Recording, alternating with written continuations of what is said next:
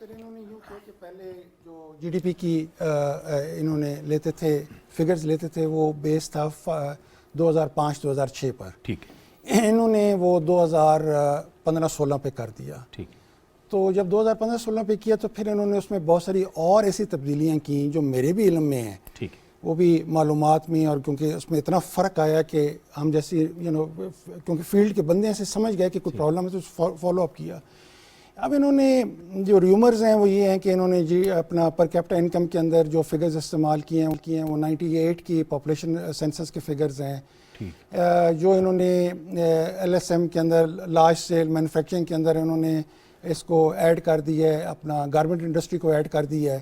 اب لازم بات ہے گارمنٹ انڈسٹری جو لوگ سمجھتے ہیں کہ یہ پینڈیمک کی وجہ سے اس میں پاکستان میں گروتھ آئی تو وہ انہوں نے ایڈ کر دی, اور بہت ساری چیزیں انہوں نے کی ہیں کیونکہ پرائسز ان کے پاس تھیں.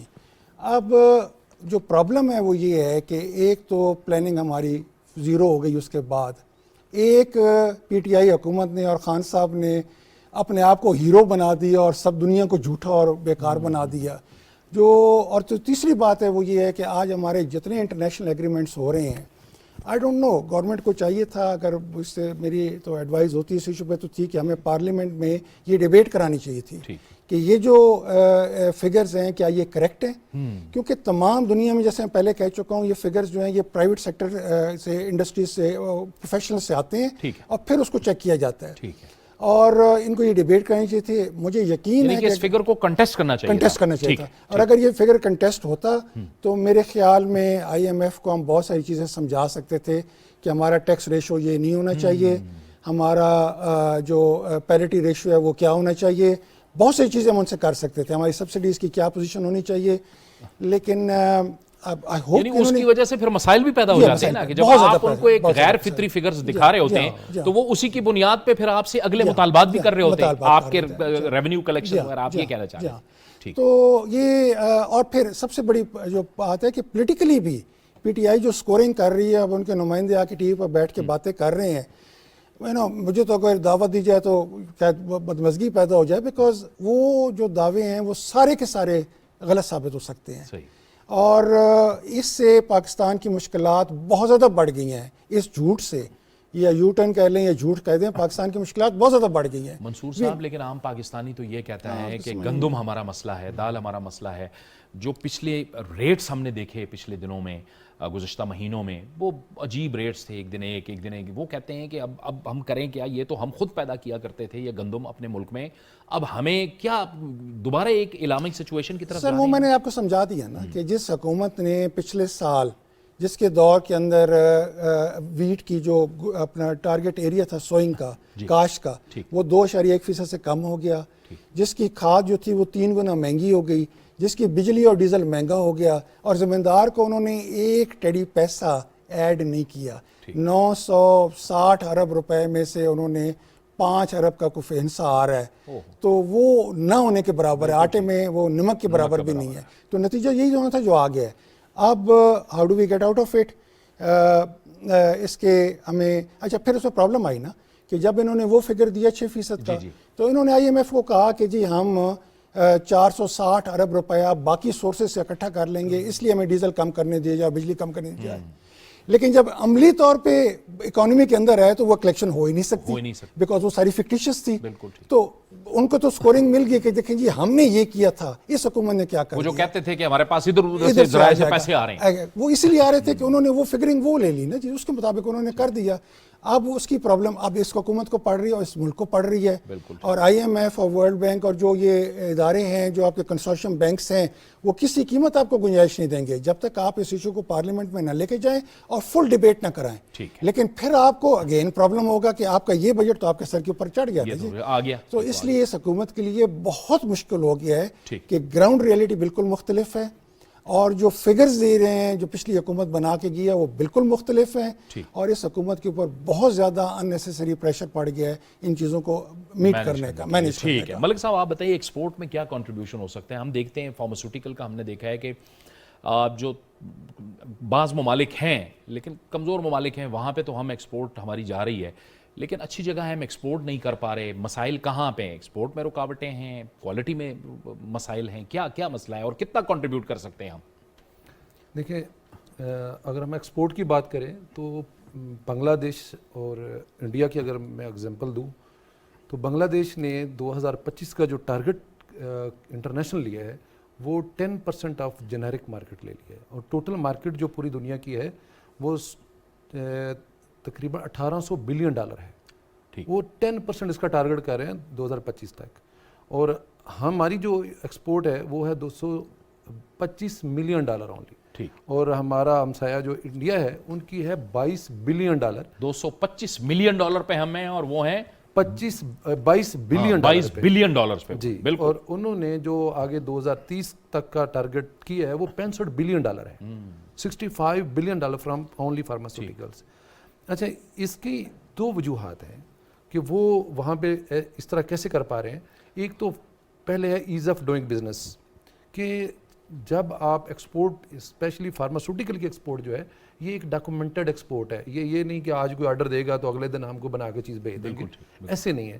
یہ جو ہمارے پہلے پلانٹس ہیں جہاں پہ ہماری میڈیسن بنتی ہے وہ جو ہے لیٹسٹ ٹیکنالوجی کے اوپر آپ کو جانا پڑے گا، اور اس کی بڑی ہیوی کیپٹل انویسٹمنٹ ہے، اور ہیوی کیپٹل انویسٹمنٹ جو ہے جب کوئی انویسٹر کرتا ہے تو اس کو سب سے پہلے پھر وہی پولیٹیکل جو ہے اسٹیبلٹی وہ دیکھتا ہے کہ پاکستان میں کیا میرے ساتھ ہوگا، کیا اگر میں 30 ارب کی کوئی ایک فیکٹری لگاتا ہوں ابھی، یعنی کچھ سمجھے کو 30 40 50 ارب کی اس لیول کی فیکٹری لگتی ہے کہ آپ پاکستان میں ابھی تک کوئی ایک فیکٹری بھی is not exporting to USFDA، بالکل ٹھیک ہے، نہ امریکہ میں، UK میں تھوڑا بہت ہم نے ابھی شروع کیا ہے، WHO ایکریڈیشن ہماری 1-2 فیکٹریوں کو پاکستان میں مل گئی ہے۔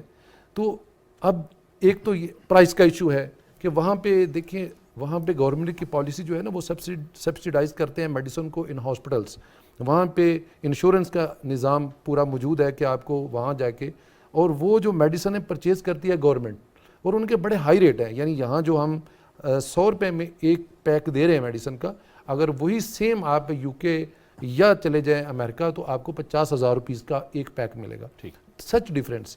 اچھا، اس میں ایک خوشخبری آپ کو دے دوں کہ کوالٹی ہماری سیم ہوتی ہے۔